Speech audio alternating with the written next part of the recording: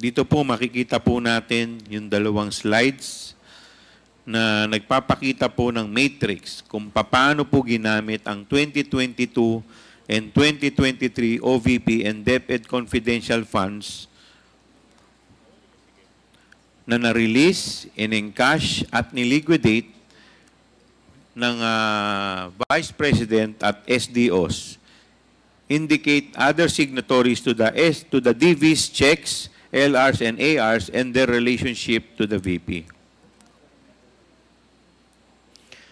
Ang tumitestigo lang sa ating investigasyon ay sina former USEC Gloria Mercado at USEC Annalyn Sevilla mula sa DepEd, ang dating SDO ng DepEd na si Edward Farda ay napag-alaman naming lumipat na sa OVP. Hindi maiiwasang magtaka ang iba na bakit OVP at DepEd lang ang nakasalang sa usapin ng confidential funds. We have to start somewhere. At dahil nasimulan na natin ito, nakita natin na ang mga kaduda-dudang justification sa gastos para sa safe houses worth 16 million for 11 days at 15 million para sa youth leadership program kung saan pondo naman pala ng Philippine Army ang ginamit. Our inquiry does not end with 15 or 16 million or 73 million. Sa totoo lang, 612.5 million ang kabuuang halaga ng confidential fund ang ibinigay sa OVP and DepEd sa loob ng 2 taon.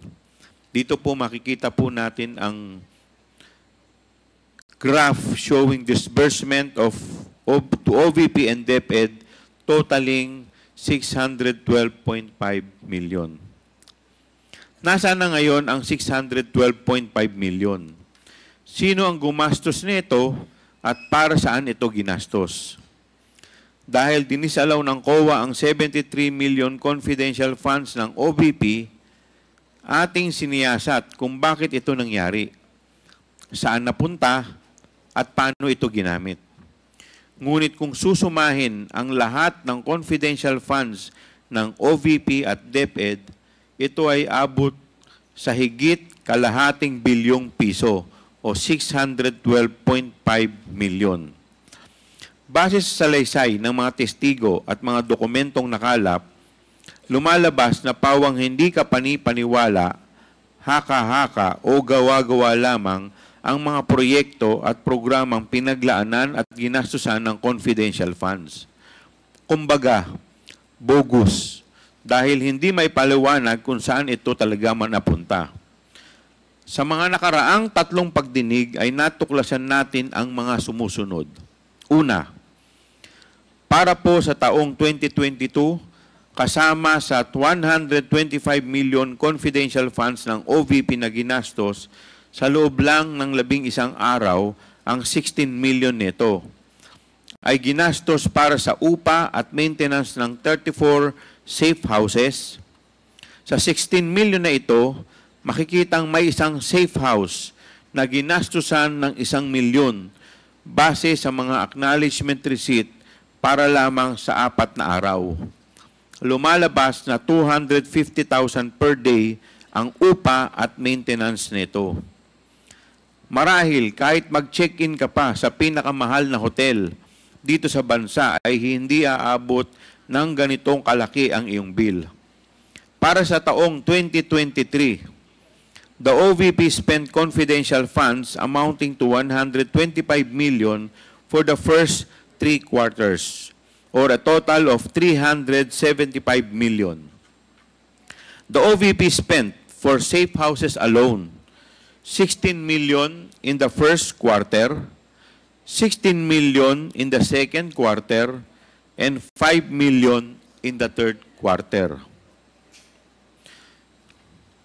Next slide, please.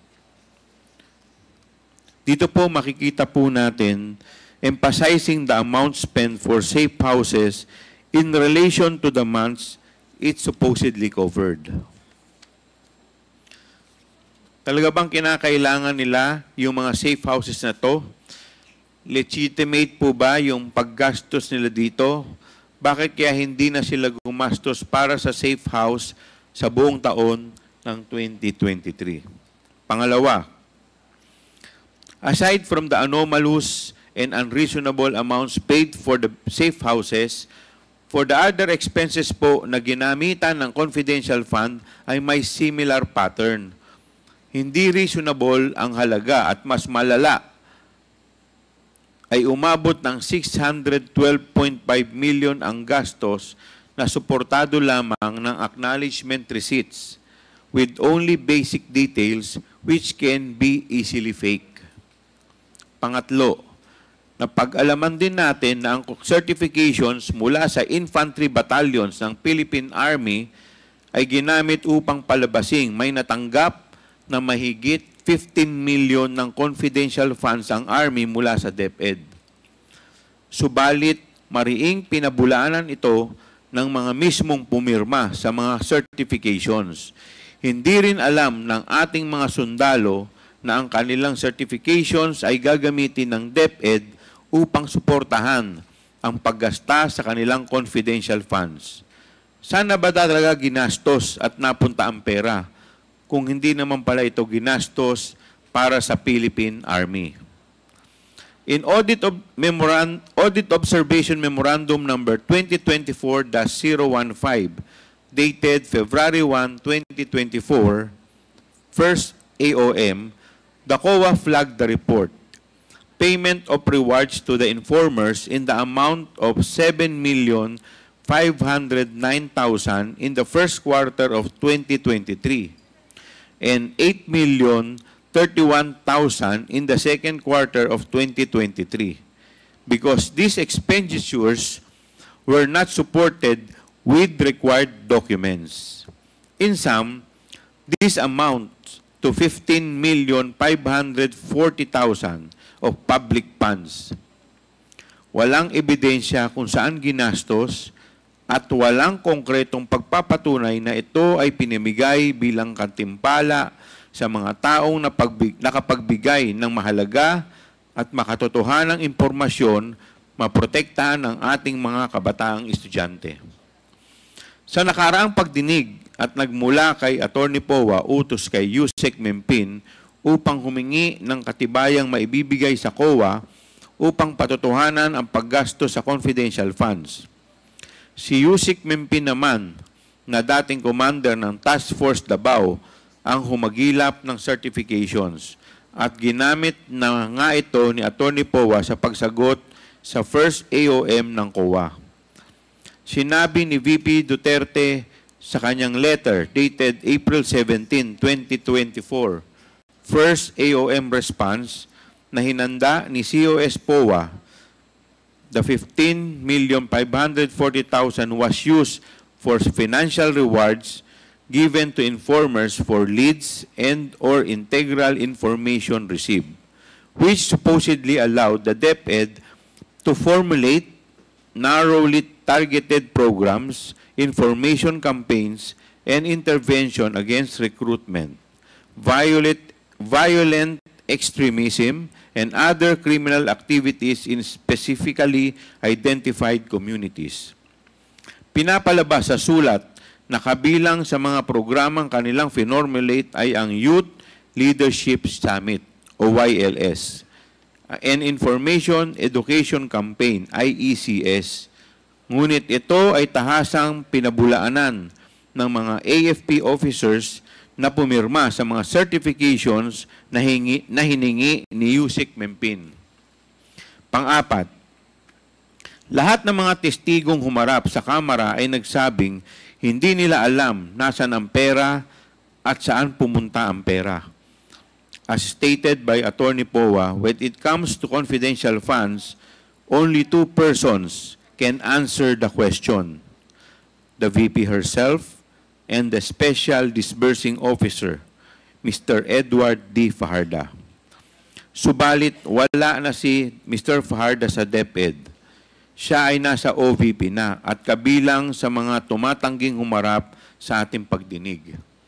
Marahil, mas makabubuting kung sa halip na mag-presscon ay dumalo na lamang sa ating mga pagdinig upang harapin ang mga katanungang ito under oath kabilang ang kanyang mga tauhan. May paliwanag o wala, isa lang ang tiyak na sagot. Malamang hindi napunta ang confidential fund sa mga estudyante pati sa kanilang seguridad. The numbers drawn came from the very documents submitted by the Vice President. To close, I emphasize that the discoveries made by the committee is just the tip of the iceberg. Marami pa po tayong kailangan malaman at mahalagang dapat malaman kung saan napunta. Malinaw na madaling abusuhin ang confidential fund kung masyadong maluwag ang mga panuntunan sa paggamit nito. COA has been basically reduced to the ministerial task of checking whether the documents required to be submitted with respect to the confidential expenses are complete, without even checking the veracity of the information contained in these documents, compared to the audit of regular funds where transactions need further substantiation. This must be addressed to prevent not only leakage of government resources, but to close an avenue for graft and corruption. The mission of the committee is to craft a bill considering this relevance, these revelations to regulate and ensure the proper use of confidential funds.